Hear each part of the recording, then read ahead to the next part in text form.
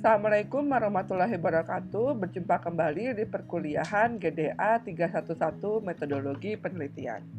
Di pertemuan minggu ke-10 ini, saya akan membahas tentang etika penelitian. Etika penelitian berawal dari tanggung jawab kita sebagai peneliti, di mana kita memiliki tanggung jawab terhadap keilmuan, kepada masyarakat, dan juga kepada lembaga. Di mana secara keilmuan penelitian itu harus sesuai dengan baku ilmiah atau ada keharusan untuk memajukan ilmu pengetahuan itu sendiri dan juga membangun kompetensi ilmiah dari si peneliti. Nah, sedangkan terhadap masyarakat, peneliti harus bertanggung jawab di mana luaran penelitiannya itu harus dapat bermanfaat secara signifikan kepada masyarakat. Sedangkan kepada lembaga, di sini seorang peneliti harus menjaga kehormatan lembaga secara ilmiah. Atau dalam hal ini, menjaga kehormatan lembaga secara keilmiahannya.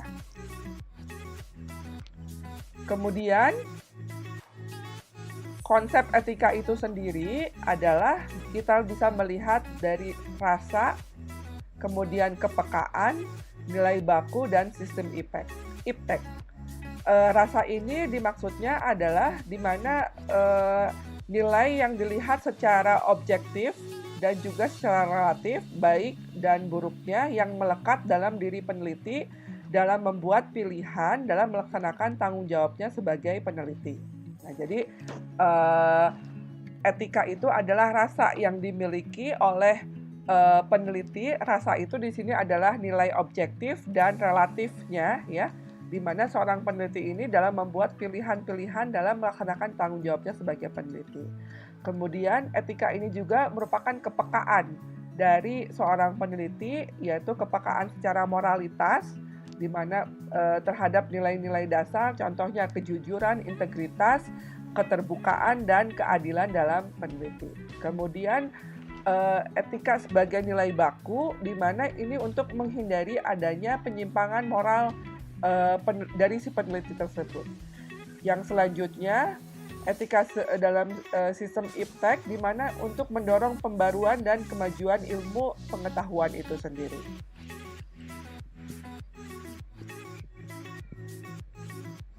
Lalu, nilai-nilai etika itu sendiri seperti apa? Jadi nilai-nilai etika itu, ya, dalam melakukan penelitiannya, dalam berperilaku, dalam kepengarangan. Ya, jadi semua 3 tahapan ini, ya, ada nilai-nilai etikanya. Dalam penelitian, ya, kita bisa melihat kebenaran ilmiahnya, kemudian keselamatan semua, dan tanggung jawab terhadap keilmuan. Itu yang harus dimiliki nilai etikanya. Kemudian dalam berperilaku ada keteladanan moral dan juga kesantunan perlakuan dan juga keterbukaan informasi yang harus dimiliki oleh seorang peneliti. Dalam kepengarangan, di mana ketelitian laporan, kejujuran penulisan, keadilan, dan pengakuan hak dari ini lebih ke pengakuan hak itu, di mana kalau kita mengutip gitu ya, harus ketika mengutip harus kita rujuk. Jadi jangan sampai kita mengutip seseorang tapi kutipannya tersebut tidak kita akui. Itu keadilan pengakuannya. Nah, secara umum ketiga nilai itu, nilai yang utamanya adalah jujur. Ya, kejujuran itu adalah yang utama. Jadi akan malu jika melakukan atau akan malu jika berbohong di sini. Nah, nilai kejujuran itu sendiri seperti apa? Yang pertama adalah kenetralan dalam konsep dan pikiran, keakuratan dalam pengumpulan dan pengolahan data, dan kebenaran dalam penyimpulan. Jadi, di setiap tahapnya itu ada nilai kejujuran. Ya. Nah, setelah nilai utama kejujuran itu, ada beberapa nilai lain yang memang juga menjadi penting dalam etika penelitian tersebut. Yang pertama adalah nilai keterbukaan, di mana terbuka di sini kenetralan dalam pikiran dan konsep, terbuka diuji keakuratan dalam melakukan pengumpulan dan pengolahan data, kemudian terbuka juga dalam penelusuran kebenaran penyimpulannya. Jadi di setiap proses penelitian tersebut ya ada suatu nilai keterbukaan. Jadi seorang peneliti itu harus menerima jika penelitiannya itu dilihat atau harus diperlihatkan secara terbuka. Jadi ketika diuji ya ditelusuri kembali itu harus mau seorang peneliti itu. Jadi tidak menutup dari hasil penelitian tersebut. Nilai berikutnya adalah nilai kelurusan. Di sini maksudnya adalah yang pertama ketepatan, ketelitian, dan keadilan. Ketepatannya di sini metodologi dalam mencapai temuan, jadi tidak dipaksakan sesuai dengan keinginannya. Ya, jadi metodologi untuk mencapai temuan itu jelas atau sistematis. Ketelitian di mana alat dan data membuktikan kebenaran, bukan mengesahkan apa yang diinginkan oleh peneliti tersebut. Yang berikutnya adalah keadilan, memberikan pengakuan kepada yang berhak dan bukan menjiplak. Jadi ada suatu nilai kelurusan di mana di sini dilihat ketepatannya, ketelitiannya, dan keadilannya juga di sini ya. Masing-masing dalam prosesnya itu harus ada nilai kelurusan. Dan yang terakhir adalah nilai kontributif. Nilai kontributif di sini di mana penelitian pada akhirnya bertujuan untuk memajukan peradaban manusia, pembangunan iptek dan kesejahteraan, dan juga pemeliharaan keseimbangan alam. Jadi seorang peneliti itu dalam etika penelitian harus ada nilai kontributifnya, di mana harus berdasarkan dari tujuan penelitian itu secara umum, tujuan penelitian itu sendiri. Di sini yang 3 itu. Topik selanjutnya tentang etika penelitian. Nah, ada kode etika penelitian. Kode atau etika penelitian ini adalah kaidah atau aturan dalam mengawasi profesi sebagai peneliti atau mengawasi seorang peneliti. Jadi harus etikanya itu sendiri ada kodenya atau ada kaidah tertulisnya, ya. Nah, atau ada acuan moralnya di sini, ya. Di sini kode etika penelitian tersebut yang pertama harus membaktikan diri pada pencarian kebenaran ilmiah yang bermanfaat. Yang kedua adalah melakukan penelitian untuk kepentingan umum dan keselamatan kehidupan yang berlandaskan tujuan mulia. Yang ketiga, mengelola sumber daya keilmuan dengan rasa tanggung jawab. 3 itu adalah kode atau kaidah tertulis atau acuan moral bagi seorang peneliti dalam melaksanakan proses penelitian dan juga melaporkan hasil penelitiannya. Kemudian, kode etika dalam berperilaku, ya, yang pertama harus mengelola jalannya penelitian secara jujur, bernurani, dan berkeadilan. Kemudian yang kedua, menghormati objek penelitian, baik itu objeknya manusia, sumber daya alam hayati, maupun non-hayati secara bermoral. Lalu yang ketiga, membuka diri terhadap tanggapan, kritik, dan saran dari sesama peneliti terhadap proses dan juga hasil penelitian. Ini adalah kode etika dalam berperilaku bagi peneliti. Kemudian kode etika yang berikutnya adalah kode etika kepengarangan. Ya, dalam menulis yang satu, mengelola, melaksanakan, dan melaporkan hasil penelitian ilmiahnya secara bertanggung jawab. Kemudian menyebarkan informasi hasil penelitian ke dunia ilmu pengetahuan secara original.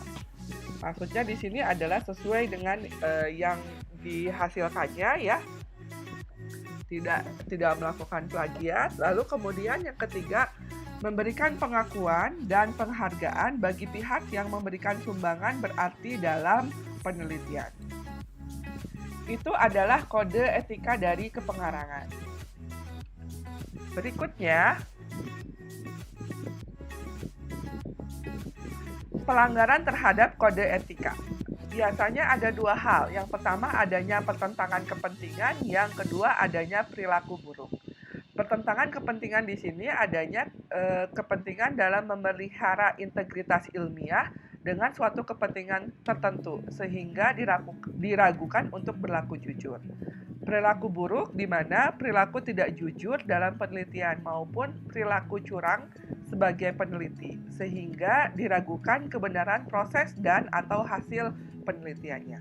Itu adalah dua poin utama dalam pelanggaran kode etika.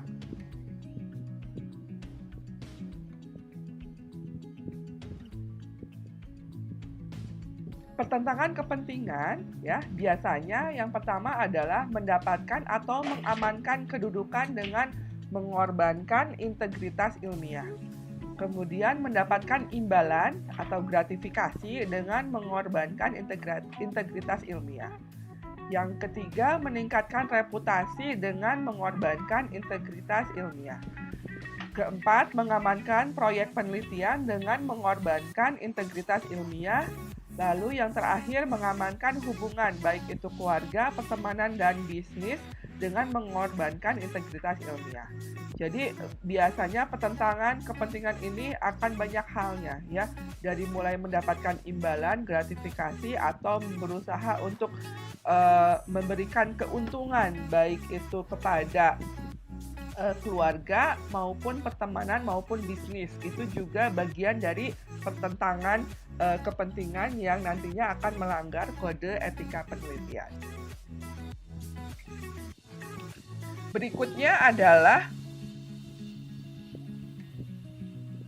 perilaku buruk, ya.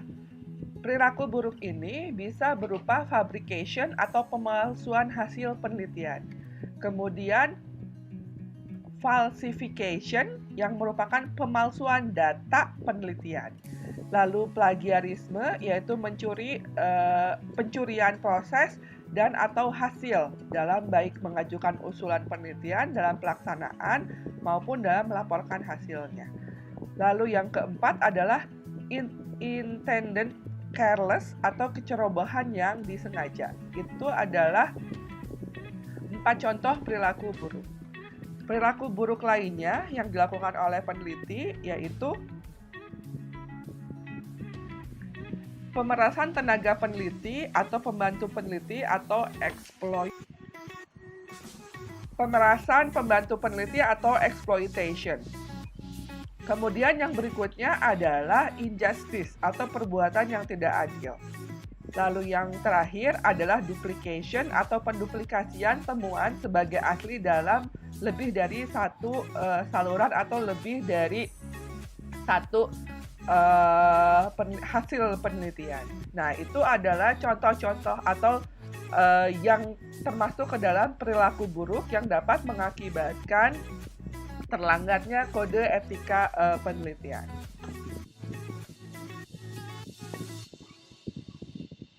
Berikut adalah contoh pelanggaran kode etik ya yang sudah terjadi di beberapa tahun terakhir ini. Di sini sebagai contoh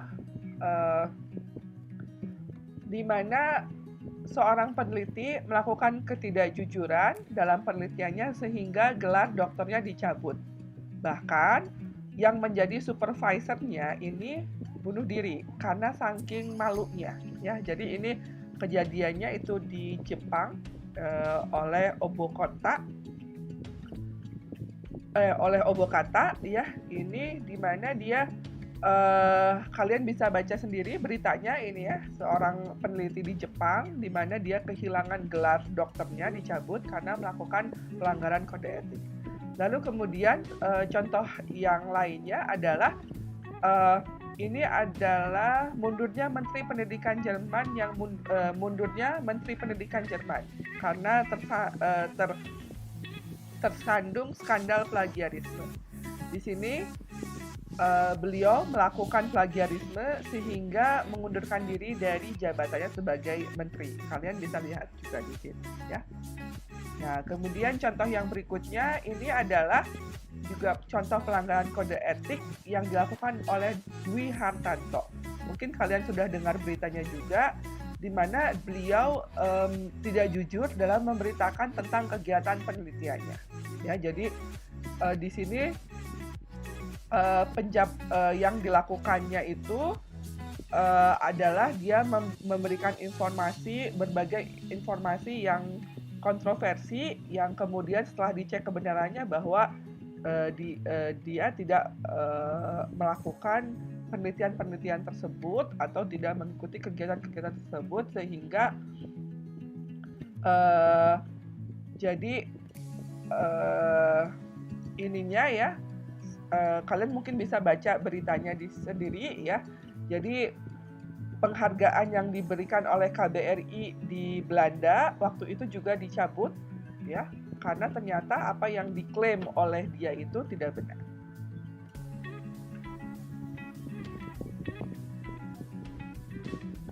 Itu untuk topik etika penelitian. Jika kalian ada pertanyaan, bisa kalian sampaikan saat meeting online hari ini ya, atau ada hal-hal yang ingin kalian sampaikan juga bisa dilakukan pada saat meeting online. Berikut adalah daftar pustaka yang saya gunakan dari etika penelitian ini ya, topik etika penelitian ini. Untuk lebih lanjut kalian bisa cek juga kalau ingin tahu beberapa berita yang saya sudah sampaikan. Terima kasih atas perhatiannya. Wassalamualaikum warahmatullahi wabarakatuh.